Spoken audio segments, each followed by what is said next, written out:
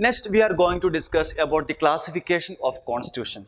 See, a constitution can be classified into written or unwritten constitution, rigid or flexible constitution, federal or unitary constitution. So, written versus unwritten. So, what is a written constitution? Written constitution means that constitution is clearly codified. It not only means that this constitution is either written or documented.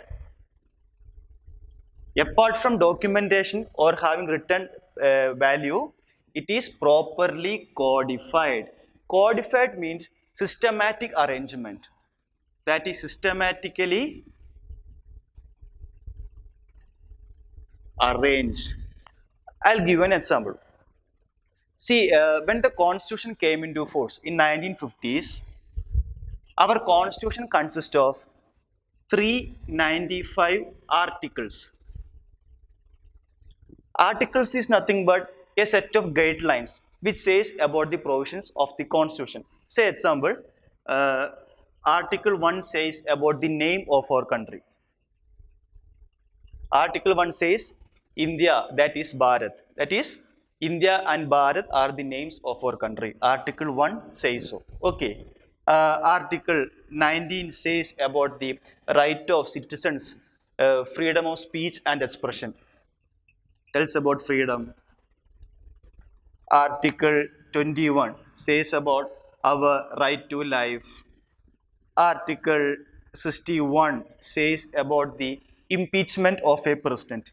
Impeachment of a president means the process of removal of a president. Okay, so articles are nothing but some guidelines about the provisions of our constitution. Okay, so initially when our constitution came into being in 1950, our constitution consists of 395 articles. Okay, and as of now, in the current time, till this current time, our constitution gets amended multiple times. Amended. So there is a concept called amendment.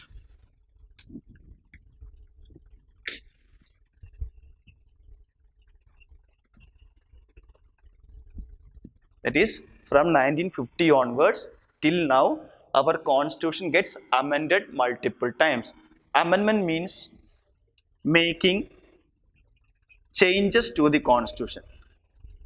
That is, the condition of today is not same as that of 1950s or 1960s. Our country evolves socially, economically and politically in many spheres. Our country get evolved. So to include all these changes, we need to make changes to the Constitution of India. And that changing process is called amendment. And I will explain the detailed procedure for amendment in the coming modules. Okay, so as of now you know that amendment means the changing, that is making changes to the constitution, and it has a duly following procedure. We'll be discussing it in the coming classes. Okay, so from 1950 onwards, our constitution gets amended multiple times. So as of now, there are nearly 450 articles in our constitution. In 1950, only 395 articles. In the current time, almost nearly 450 articles are there in our constitution. Okay, but when you look into the constitution, the numbering of first article is article 1, and the number of the last article maybe 450th or 440th, say anything maybe. The numbering of last article is still 395. Why? Because the newly added articles are codified to a particular section. I'll give an example.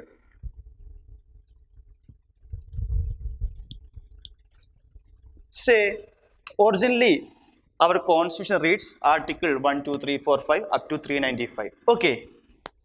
And in 2002, this is for an example, there's a concept called fundamental rights. Okay, and fundamental rights includes article 12 to article 35. That means initially it reads 12, 13, 14, 15. Likewise 19, 20, 21, 22, 23, and so on. And in 2002, the 86th Amendment to the Constitution introduced a new article regarding right to education. That is, 86th Amendment Act of 2002 introduced a new fundamental rights called right to education. Okay, and this concerned fundamental right is incorporated into this section, that is this part called fundamental rights. So this article is inserted here, 21A, because the name of that article is 21A, and there does not make the number as 396 or 400 or 420 and so on, because this right to education forms the fundamental right of our citizens, and that newly added article should be included under this section, that is fundamental rights. So this is what mean by codification. That is, the newly added article is systematically arranged into its respective section. So now the Constitution reads 19, 20, 21, 21A, 22 and so on. This is what mean by codification. So in written Constitution, the codification is done. Okay, I'll give you one more example. Earlier,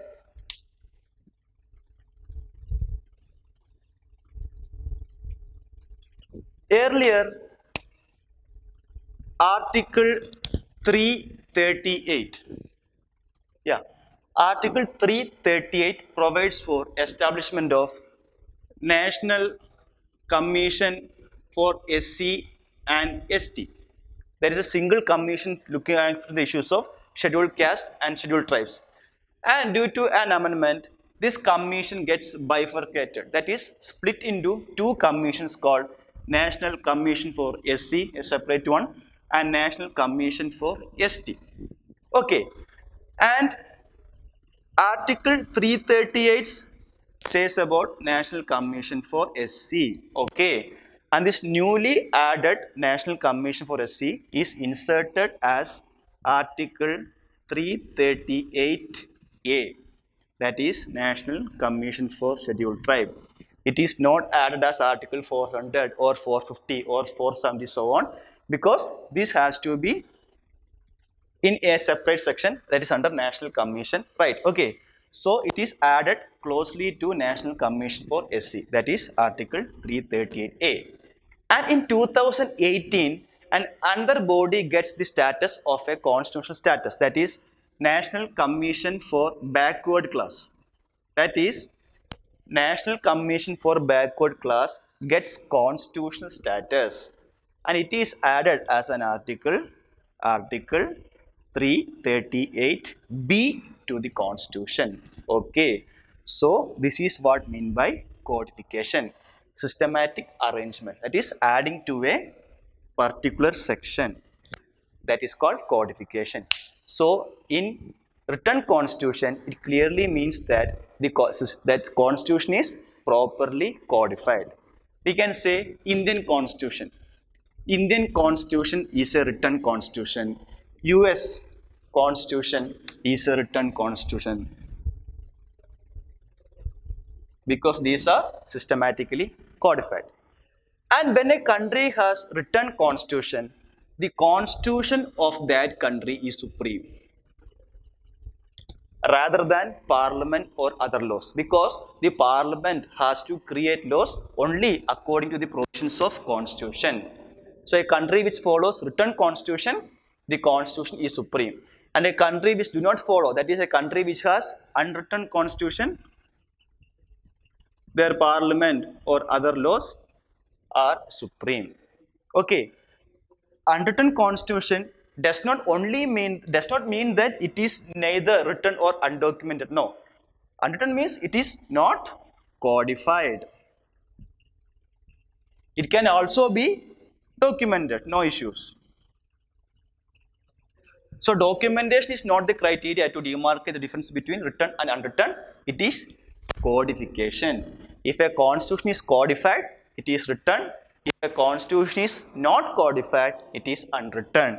Example, the Constitution of United Kingdom, because it is not properly codified. Okay,